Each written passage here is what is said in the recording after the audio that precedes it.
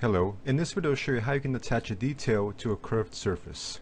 And also guys, be sure to check out my new course, Redesign and Remake, where I'll show you how you can either faithfully recreate old game assets or give them a fresh spin.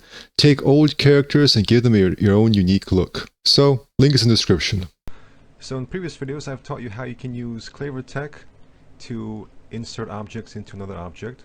So here I can just position it right here, select the plane, delete these 4 polygons, attach this, bridge these edges, switch to border, select, switch to edge, deselect, and bridge. And now this is one object. But let's say I want to attach this more complex object to this curved surface. And here I will make it a little bit smooth, let's say 2 iterations. And I will make a copy of this. And I can use Clever Tech to align it right here, but you notice that it doesn't align very well because this thing is flat and this is a curved surface. So I will use 2 things to make this happen. First I'll create a plane, Alt-A, and align it right here. So this object right here, I made sure that its pivot is right here at the top, so you want to make sure that its pivot is even to where you want to insert it. And it's 0 on the z-axis because I just made it right here on the grid. And so when I created a plane, it also automatically gets created on the grid. So it's also 0 on the z-axis. So basically you want to make sure that these 2 objects are even on the z-axis. And I will make this, let's say, 110. And I'll make this 110 as well. And I will also turbo smooth this just to give it some more detail. And now I will select this object, apply a skin wrap modifier. I will scroll down here and check weight all points. And then here I'll click on add and select the plane. So now I can apply, for example, bend. I notice that when I bend it, the spherical detail follows. And you want to make sure the detail you're adding has enough geometric density as well, so that it can evenly follow the plane. Up here I've got something called Rapid Tools, and this is a free collection of scripts.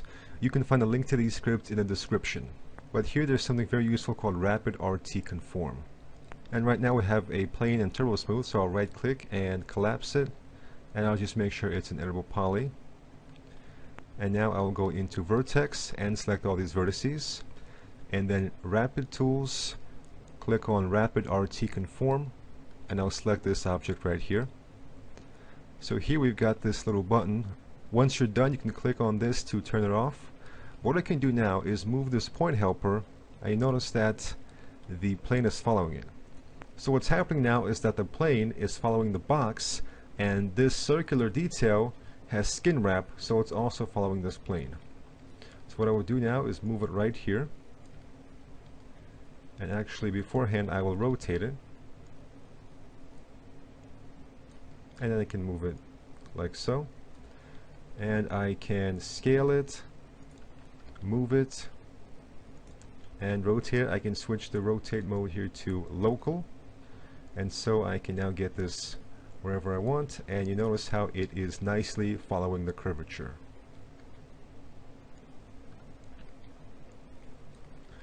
And once you're done, simply click on Rapid Conform Active, and then you can select this detail and simply collapse it.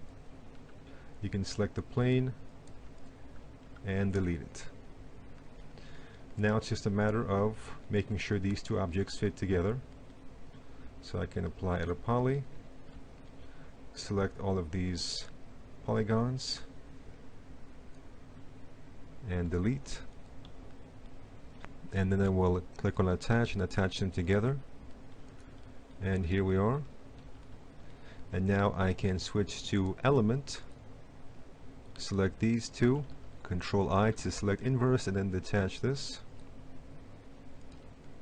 And now I can simply use either bridge or simply border, and then Alt P to cap, that's a default hotkey, and then simply connect it together. And sometimes you may have to adjust the topology a little bit. Here I can turn on phase constraints, just kind of fix it like so. And now I can just connect and bridge and make it all fit together.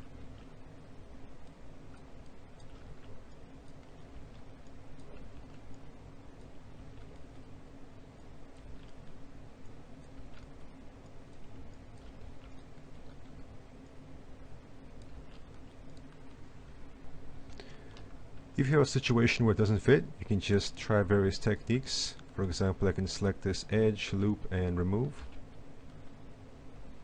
And we could test out how it looks with Turbo Smooth. And just make various adjustments here.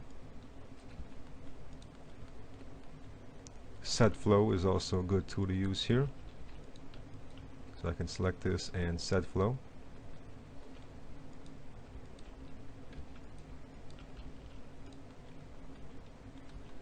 Turn off the cage. Here I'll just insert another loop through here. Hold down Shift to apply set flow and then connect. And then I can select these edges and set flow just to improve the curvature a little bit. And you should get a pretty nice result. And I can give this a yellow material here. And I can select this and Turbo Smooth. And one more thing I can do is I can actually move these edges, because right now you have these edges that are very close together, and I can create some deformation. And you notice how we have this unevenness here. So set flow is a great way to quickly fix those kinds of problems.